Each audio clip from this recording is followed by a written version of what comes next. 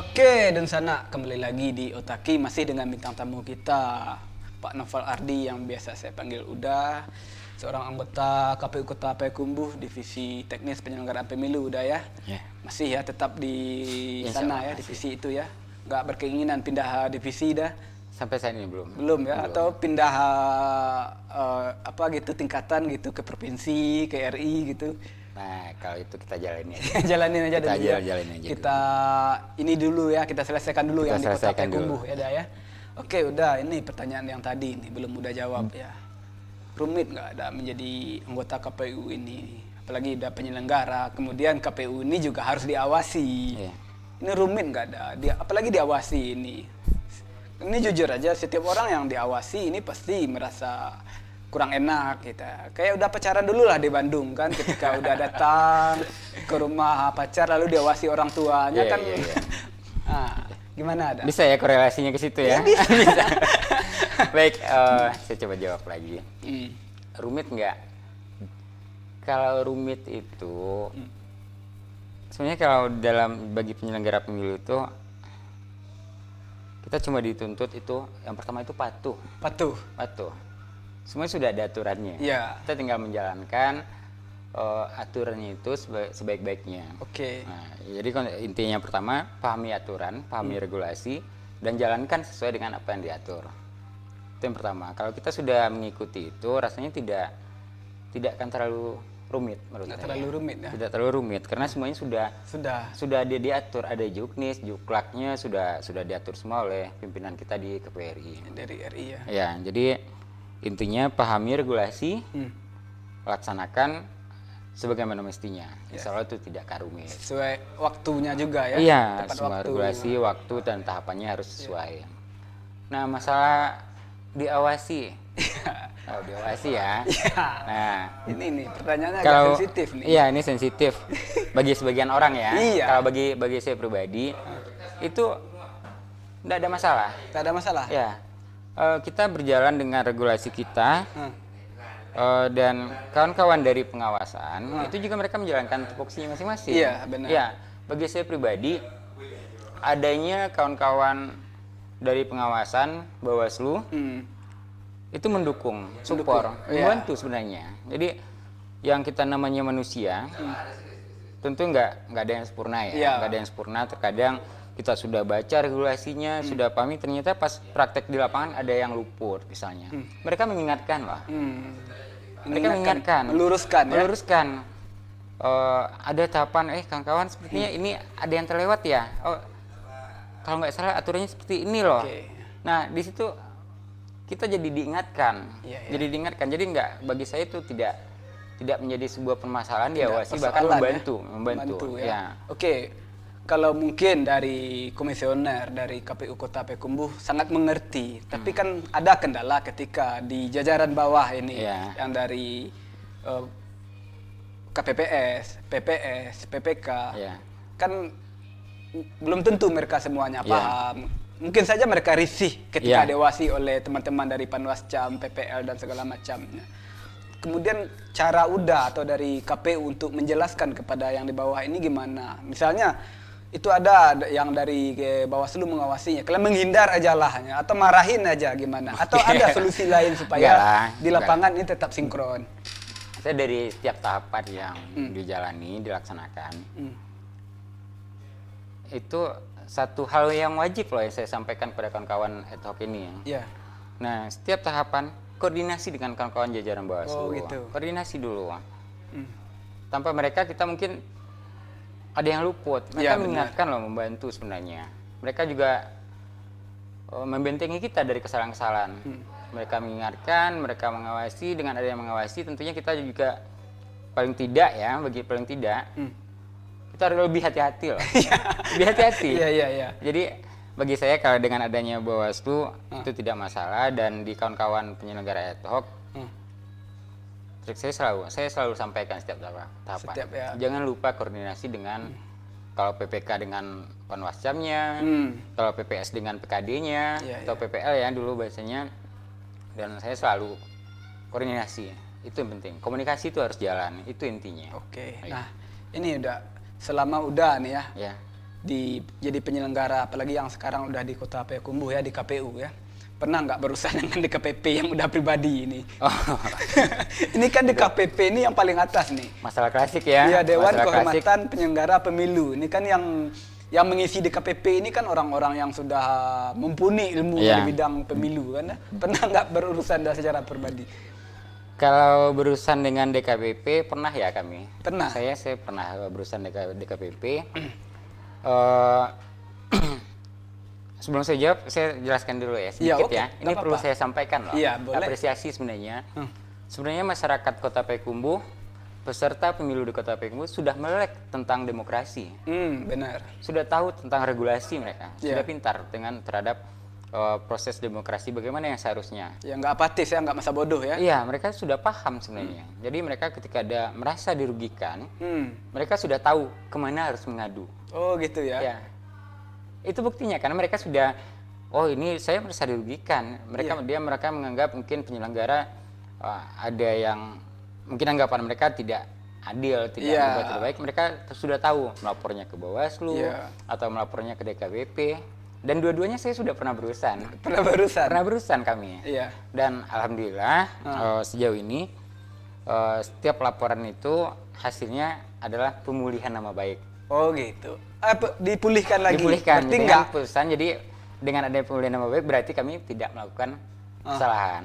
Berarti bagus seperti itu dah ya, daripada didiam-diamkan. Iya. Mending ada masyarakat yang melaporkan sehingga nanti DKPP lebih mengerti ya. Oh ini permasalahannya, dan dari KPU pun ngerti. Iya. Kan? Pernah kami dilaporkan ke Bawaslu, ada klarifikasi. Ya kita jalani aja. Ya. Kita punya tupoksi masing-masing. Bawaslu, kawan-kawan Bawaslu memang itu tugasnya.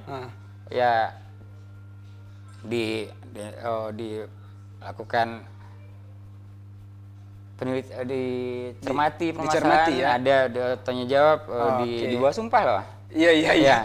Ya. Harus dijalani ya, nggak bisa menghindar kita. Berita acara klarifikasinya segala materi, tapi memang itu tugas masing-masing, kita jalani aja. Dijalani. Ya, dan alhamdulillah sejauh ini kita setiap tuduhan itu tidak ada yang terbukti. Tidak ada yang terbukti. Oke, udah. Itu kan dari DKPP ini kan.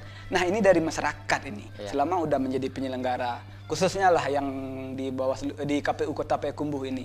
Pernah nggak ada intimidasi dari masyarakat atau dari peserta pemilu, dari tim ses? Oh, tolong ini. Ada nggak ada diintimidasi seperti itu? Ini menarik juga nih. Kalau intimidasi, alhamdulillah sejauh ini belum ada ya. Belum ada. Dan mudah-mudahan tidak ada. Mudah-mudahan tidak ada. Ya. Tapi kalau yang berbisik, calian Surwa ya. Iya. Ada. Ya. Dan saya jawab aja. Jadi dah, ambo calian. Sekedar dilihatin. Ambo calian lah, tugas ambo ndak udah saja ambo calian, sadonya ambo calian. Iya. Oke, nih.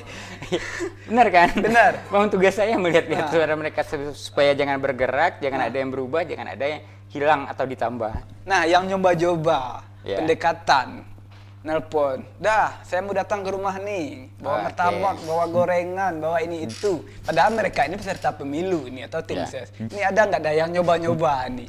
Ya kalau dibilang ada yang nyoba, ada juga. Ada juga, tapi saya selalu berusaha profesional aja. Profesional. Ya, ketika itu urusan kepemiluan, saya minta datangnya ke kantor. Urusan kerja nih berarti ya? Urusan kepemiluan, urusan peserta pemilu dengan penyelenggara, saya selalu minta ketemuannya di kantor. Berarti ini, maaf nih pertanyaannya, berarti peserta pemilu nggak boleh datang ke rumah udah bertamu dalam bentuk apapun ini?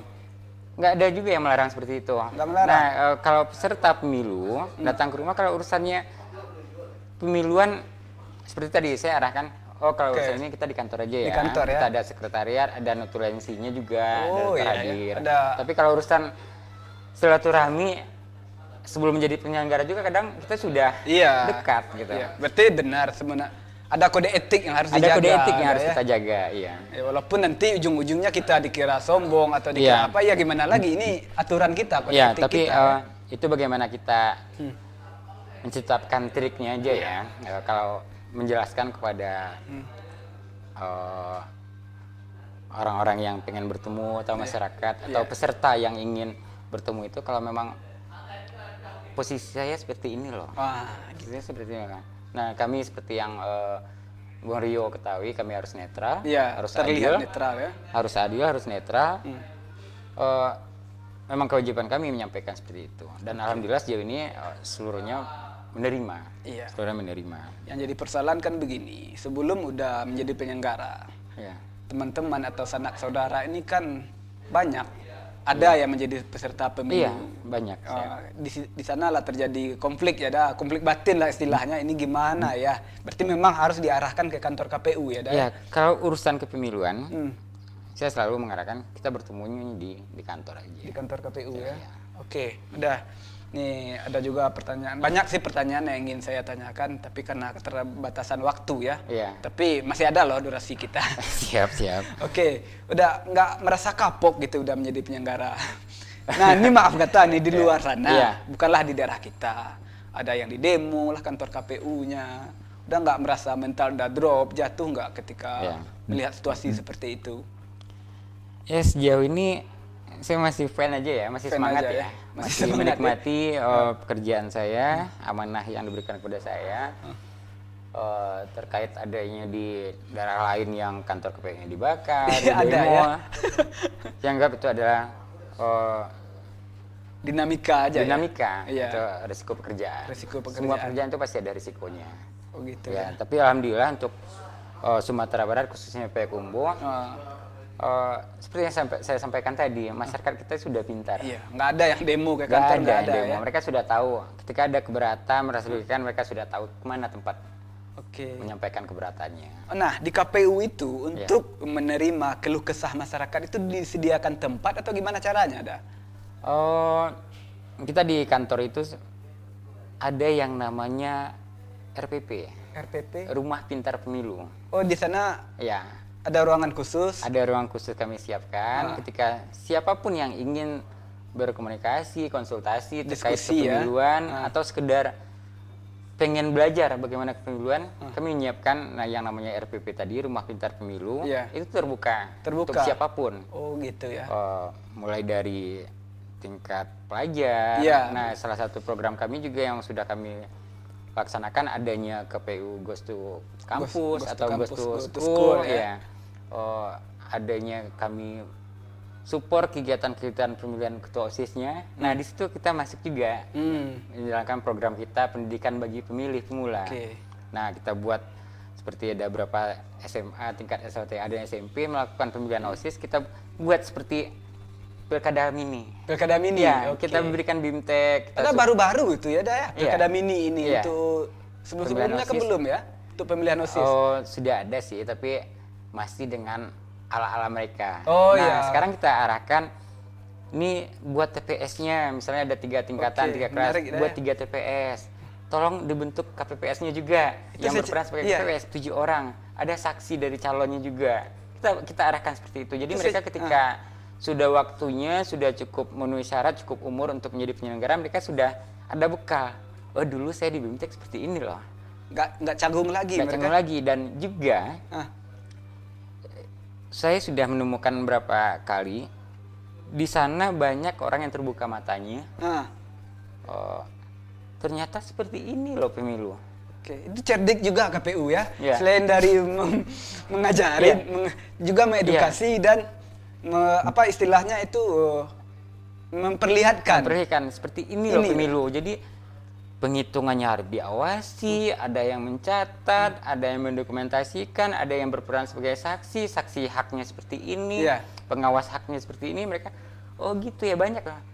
Kalau kayak gini pemilu yang sebenarnya di mana bisa ada kecurangan. Ah, itu benar. Nah, gini ya, kami pikir cuma datang panggil orang coblos terus dihitung, dicatat. Ternyata enggak. Nggak ada proses yang harus Ada dilalui. proses, ada yang mengawasi, ada yang boleh menyampaikan keberatan.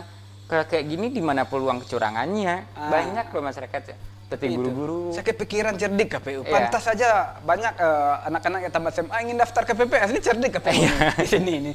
Udah udah di apa dulu ya, dikasih tahu, dipelajarinya dulu ini gimana nih anak-anak sekolah. Nah, itu ini. juga bagian dari tupoksi kami memberikan Iya. pendidikan politik bagi masyarakat. Pintar cerdik ini. Pantas banyak anak-anak tamat SMA daftar jadi ke PPS. Iya, alhamdulillah banyak Iya, yang kan? berminat menjadi Iya. Kalau bahasa saya petugas demokrasi. Iya, petugas demokrasi. Soalnya mereka sebelum tamat sekolah udah dikasih ilmu dulu ya, dikasih pembelajaran. Oke, menarik. Udah, ini ada pertanyaan lagi. Setelah ini, misalnya sudah berhenti menjadi penyelenggara pemilu, punya niat nggak untuk menjadi peserta pemilu? Tapi kita bahas setelah yang berikut ini.